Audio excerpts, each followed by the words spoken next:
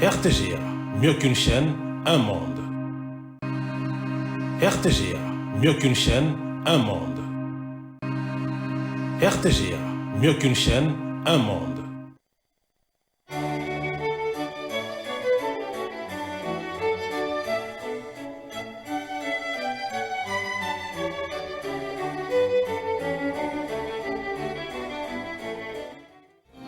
Ce journal vous est offert par Tango Protection.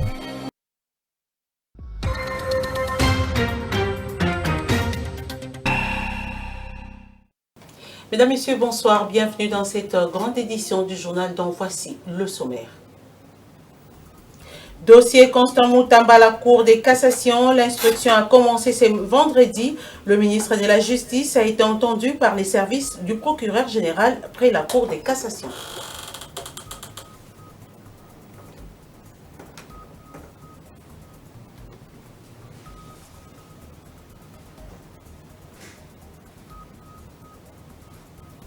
À Mbujimayo, Kasai Oriental, reprise des travaux de réhabilitation de l'avenue Mukamba, une relance rendue possible grâce à la signature d'un avenant au contrat initial.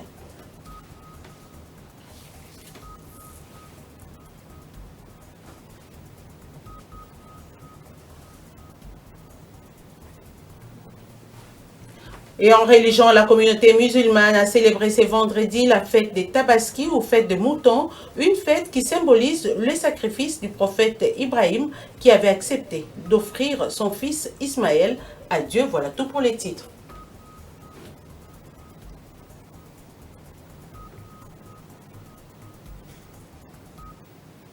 Encore une fois, bienvenue dans cette grande édition du journal. Le ministre de la Justice, Constant Moutamba, a été entendu par le parquet général près la Cour des cassations. Des éléments en possession de ces derniers justifieraient cette audition. Cependant, si les faits reprochés sont jugés suffisamment graves, le procureur général Firmin Vondé pourrait initier la procédure légale en se rendant à l'Assemblée nationale pour solliciter une autorisation de poursuite et une fois l'autorisation accordée, le ministre Moutamba serait formellement mis en accusation.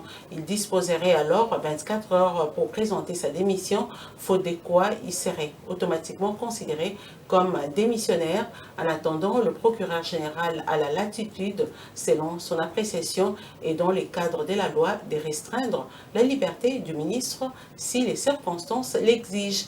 L'avenir immédiat du ministre de la Justice, Constant Moutamba, demeure incertain. On en vient maintenant à la rencontre entre Tshisekedi et Fayulu, une rencontre directe qualifiée d'historique par certains membres de l'Union sacrée qui saluent la grandeur d'esprit qui a caractérisé ces deux personnalités.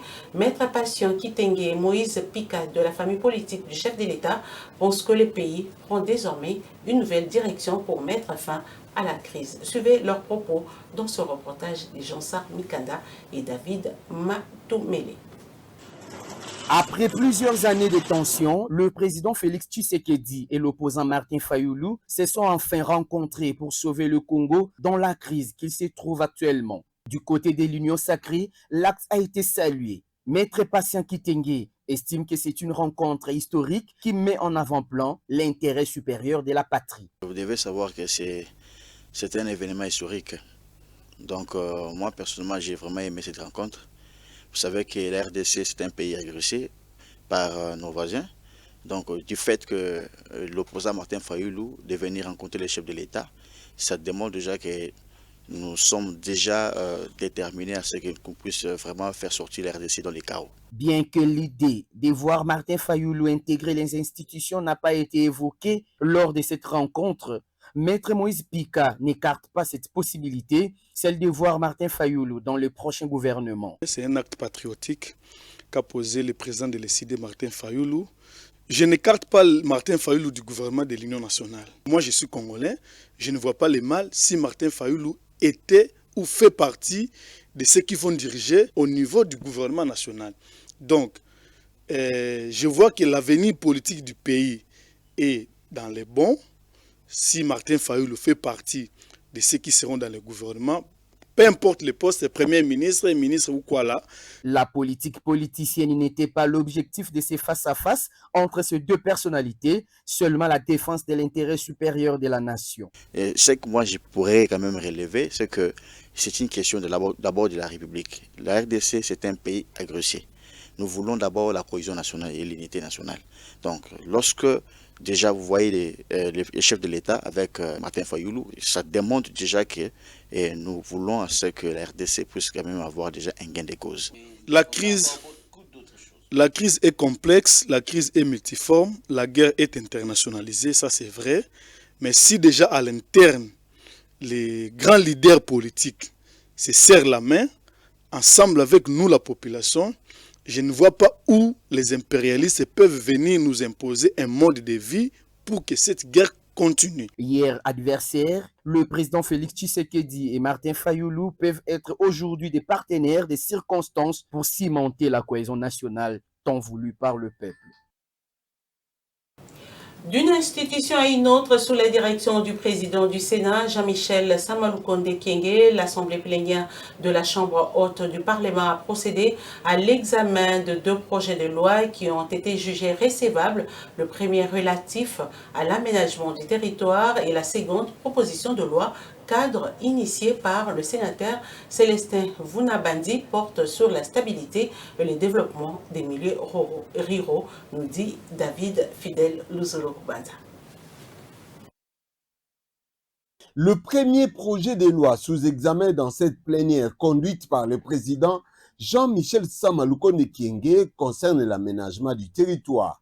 Il a pour objectif d'optimiser l'utilisation des espaces et des ressources naturelles en RDC. Dans les débats relatifs, les sénateurs ont souligné la nécessité d'une gestion équilibrée des terres afin de favoriser un développement harmonieux entre les zones urbaines et rurales. La seconde proposition de loi cadre, initiée par les sénateurs Célestin Vunabandi, porte sur la stabilité et le développement des milieux ruraux. La loi vise à améliorer les conditions de vie dans les zones rurales en renforçant les infrastructures, en soutenant l'agriculture durable et en facilitant l'accès aux services essentiels.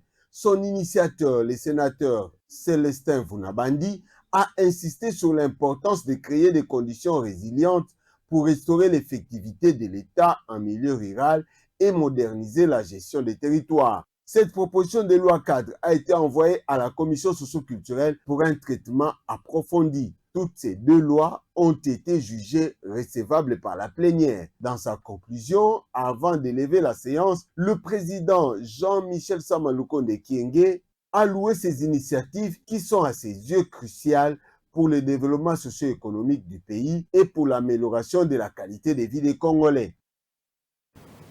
Je l'ai dit au sommaire, après plusieurs mois d'interruption, les travaux de réhabilitation de l'avenue Munkamba ont officiellement repris mercredi 4 juin 2025. Une relance rendue possible grâce à la signature d'un avenant au contrat initial, autorisant ainsi l'asphaltage complet de cette artère stratégique vitale pour la circulation et les échanges économiques dans la ville diamantifère.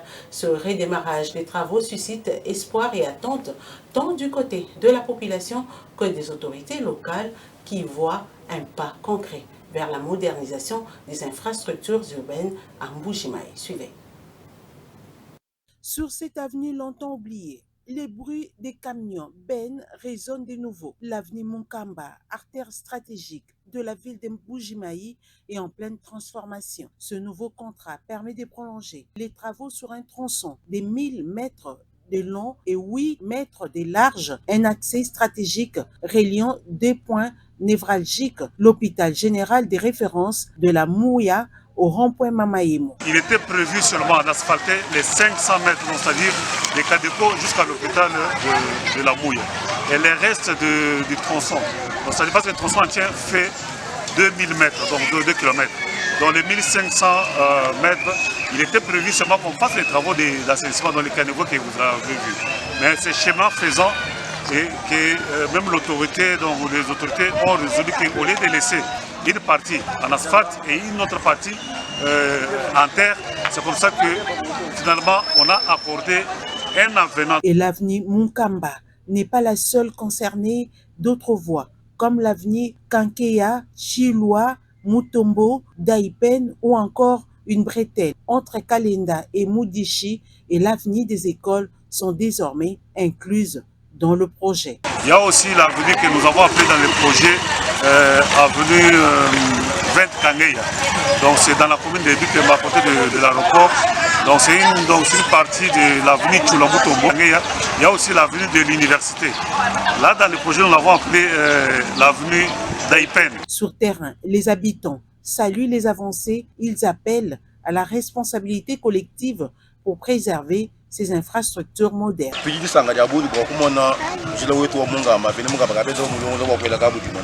Nous sommes très heureux de voir l'avenue Mukamba en train d'être préparée pour recevoir l'asphalte.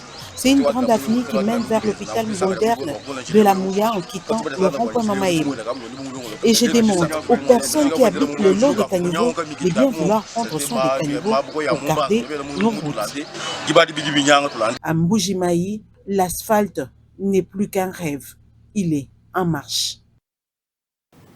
Ici dans la capitale, les sinistrés des 6 communes victimes des pluies diluviennes qui s'étaient abattues dans la nuit du 4 au 5 avril dernier à Kinshasa ont bénéficié de l'assistance humanitaire de l'ONG Women of Faith. Cette aide fournie durant 3 jours a été rendue possible grâce au financement de l'Église des Saints des Derniers Jours. Cette assistance humanitaire, qui est un appui aux initiatives du pouvoir public, est constituée des vivres et non-vivres destinés aux femmes enceintes et à celles qui allaitent, sans compter les personnes vivant avec handicap, ainsi que d'autres personnes vulnérables. Images et commentaires.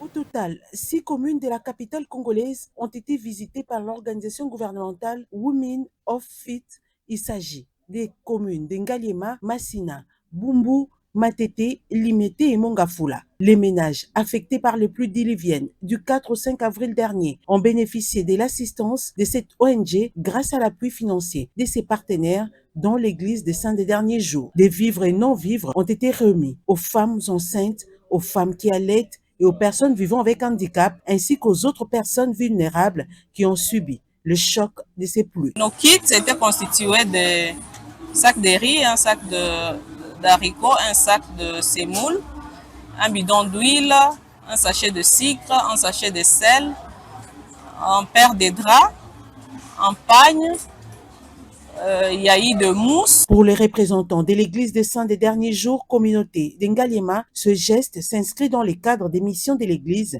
qui est engagée à apporter une assistance humanitaire aux démunis.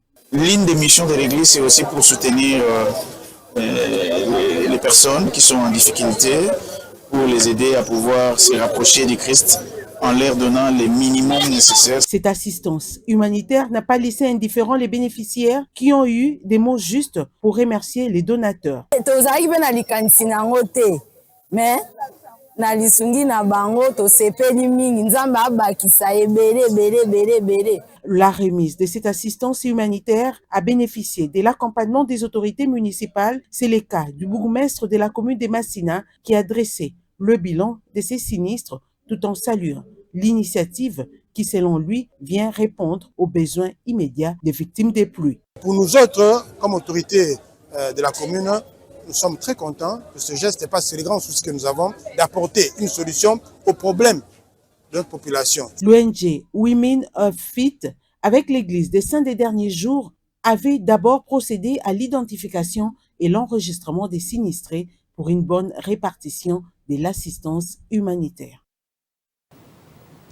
Dans la province d'Elituri, précisément à Bunia, les sachets plastiques n'ont plus le droit de citer. L'Institut supérieur pédagogique, ISP, a lancé une véritable déclaration de guerre contre la pollution plastique. En première ligne, les étudiants motivés, encadrés par leurs enseignants, ont non seulement planté plus de 100 arbres sur leur campus, mais aussi procédé à la collecte et à l'incinération des déchets plastiques. Regardez. Planter un arbre, c'est s'aimer l'espoir. En Ituri, dans le nord-est de la République démocratique du Congo, ce geste devient un acte d'engagement écologique. Ce slogan a trouvé un écho favorable au campus de l'Institut supérieur pédagogique ISP Bunia, qui s'est transformé en un véritable laboratoire vert. Dans la cour de cette institution d'enseignement supérieur, étudiants et enseignants ont retroussé leurs manches pour répondre à l'appel de la terre en plantant plus d'une centaine d'arbres. Une manière de reverdir le campus tout en contribuant à la lutte contre le changement climatique. Nous avons aussi symboliquement planté un certain nombre d'arbres ici à l'ISP Bunia et cet arbre c'est le cédré lacerata. Pourquoi nous avons choisi l'espèce cédré lacerata? C'est tout simplement parce que c'est une espèce qui peut nous produire dans 10 ans de bois rouge. C'est une espèce qui n'appauvrit pas les sols. Un acte symbolique mais porteur d'un message fort, l'avenir se plante aujourd'hui. C'est une action concrète portée par toute la communauté académique. Mais planter l'arbre ne suffisait pas pour l'équilibre de l'environnement. Au-delà de la réforestation, l'ISP Bunia a mené une véritable opération de salubrité écologique. Les sachets plastiques constituent un véritable problème pour notre environnement, tant au niveau de nos institutions, au niveau de nos villages, au niveau de la ville. Raison pour laquelle la solution est simple. En principe, comme ça s'est fait dans d'autres petits pays à côté de nous, on ne devait plus fabriquer les sachets plastiques pour transporter les histoires, mais on devait plutôt fabriquer d'autres sachets biodégradables pour transporter les histoires, parce que le gros des matières plastiques arrive des sachets plastiques non biodégradables. La sensibilisation à l'action, l'ISP Bunia montre l'exemple, et c'est dans un institut qui forme à l'enseignement de l'environnement que cette bataille prend tout son sens. Sachez également que l'inspection générale de la police nationale congolaise a désormais un nouvel inspecteur général adjoint. Le commissaire divisionnaire Elias Chibangu a été présenté officiellement aux éléments de l'inspection générale de la police par le commandant de cette unité, le commissaire divisionnaire principal Philémon Patience Mouchibiav. Ce dernier a l'occasion réaffirmé l'engagement de la police dans l'instauration de la discipline et de la protection du citoyen. Images et commentaires. L'inspection générale de la police nationale congolaise a vécu de nouveau un moment si particulier. L'inspecteur général adjoint, en charge de l'appui et gestion, le commissaire divisionnaire Elias Chibangu, a été présenté officiellement à ses troupes par l'inspecteur général, le général Philémon Patience Mouchidiav. Dans une ambiance solennelle, le général Patience Mouchidiav a réaffirmé l'engagement de la police dans l'instauration de la discipline et la protection des citoyens, tout en promettant des sanctions à l'endroit des contrevenants. Fini les ateliers, fini la descente inutile, le VPM demande maintenant la sanction. La sanction de ces policiers véreux, de ces policiers indisciplinés, de ces policiers tracasseurs. Nous devons mettre la main sur ces policiers. Et les OPJ que vous êtes, vous faites votre travail et ils sont sanctionnés, on les met à la disposition de la justice militaire. Nous en avons marre avec cette race de policiers-là. Après la parade, dans les installations de l'inspection générale de la police, le général a rencontré ses adjoints pour les encourager à faire preuve d'abnégation dans leur mission, rappelant que les autorités et la population comptent sur eux pour combattre les antivaleurs et restaurer l'image de la police. Il a également appelé à la loyauté envers le président de la République, Félix-Antoine Tshisekedi. On va parler religion dans ce journal. La communauté musulmane commémore ce vendredi 6 juin la fête d'Aïd el-Kébir, la Tabaski, ou fête des moutons qui symbolise le sacrifice du prophète Ibrahim qui avait accepté d'offrir son fils Ismaël à Dieu. Suivez les rappels historiques de cette fête dans ces commentaires que signe Nana Bwana.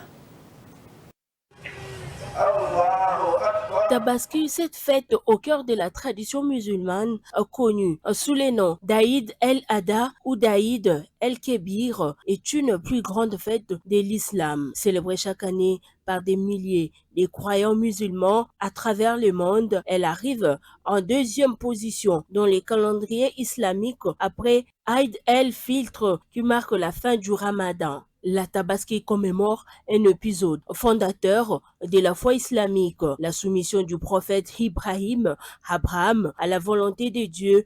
Selon la tradition, Dieu lui aurait demandé de sacrifier son fils Ismaël en signe d'obéissance. Ibrahim exécuta, mais au dernier moment, l'enfant fut épargné et remplacé par un mouton, symbole du sacrifice agréé par Dieu. Ceci reste un souvenir de cette preuve que le musulman procède aujourd'hui au sacrifice rituel d'un animal, généralement un mouton, lors de la fête. Ainsi, la Tabaski symbolise les partages et la solidarité bien plus qu'un rituel religieux. La Tabaski est un moment de rassemblement familial et de solidarité sociale. Cette fête reste une occasion pour les familles de se retrouver, de partager un repas et surtout de venir en aide aux plus démunis, et une partie de la viande du sacrifice est traditionnellement offerte aux pauvres, renforçant ainsi les valeurs d'entraide et de générosité. Cette année 2025, la date de la Tabaski est prévue pour ce vendredi 16 juin, correspondant au 10 août al-Hijja, dernier mois du calendrier musulman. Cette date peut toutefois varier selon les pays car elle dépend de l'observation de la lune marquant les débuts du mois sacré. Pour rappel, les termes Tabaski est spécifiquement utilisé en Afrique de l'Ouest et Afrique centrale dans les pays à majorité musulmane, et dans le reste du monde, on utilise plus couramment son appellation arabe Aïd el-Adha.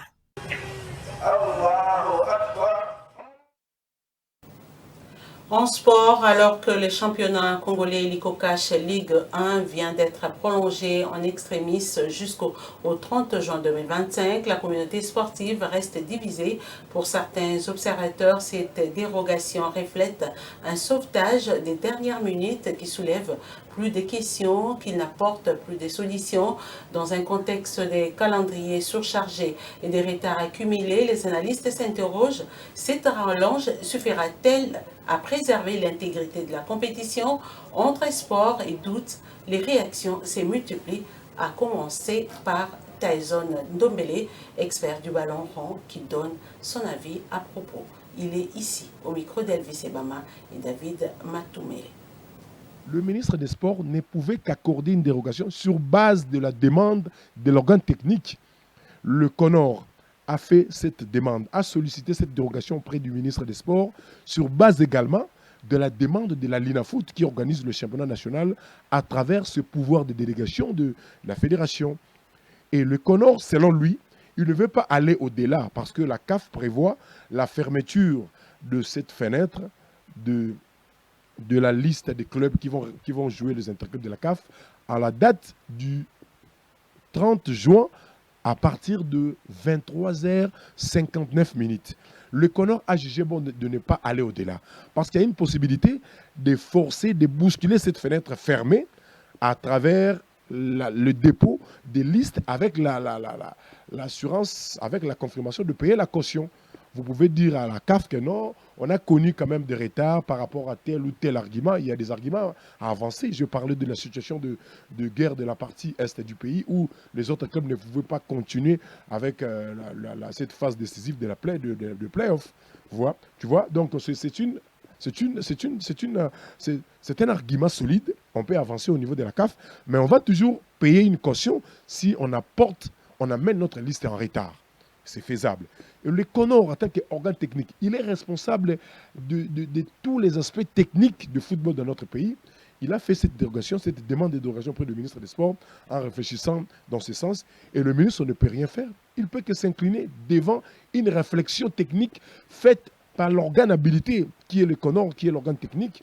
Donc, ce qui arrive aujourd'hui, si on arrive demain, et qu'on ne sait pas définir qui est à la tête de ces championnats, qui est deuxième par rapport au point, ça ne sera pas la responsabilité du ministre des Sports. Le ministre des Sports est là pour apporter les soutiens financiers de l'État à ce qui concerne la pratique de football sur base de ce qui est prévu par l'État. Voici à présent le rappel des titres de ce journal. Dossier Constant Moutamba à la Cour des cassations. L'instruction a commencé ce vendredi. Le ministre de la Justice a été entendu par les services du procureur général près la Cour des cassations.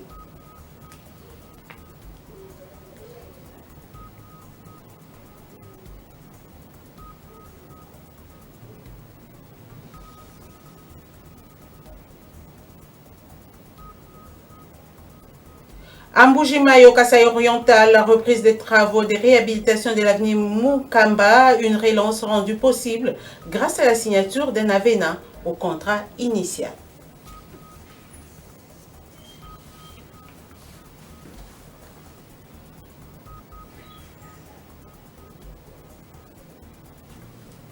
Et en religion, la communauté islamique a célébré ce vendredi la fête de la Tabaski ou fête des moutons, une fête qui symbolise le sacrifice du prophète Ibrahim qui avait accepté d'offrir son fils Ismaël à Dieu. C'en est fini pour ce journal.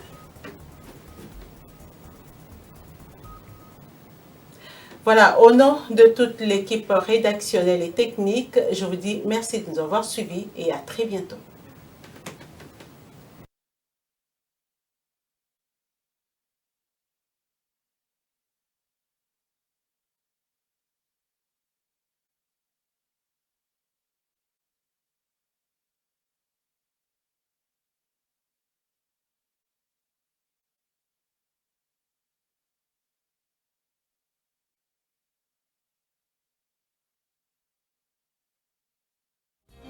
Ce journal vous a été offert par Tango Protection.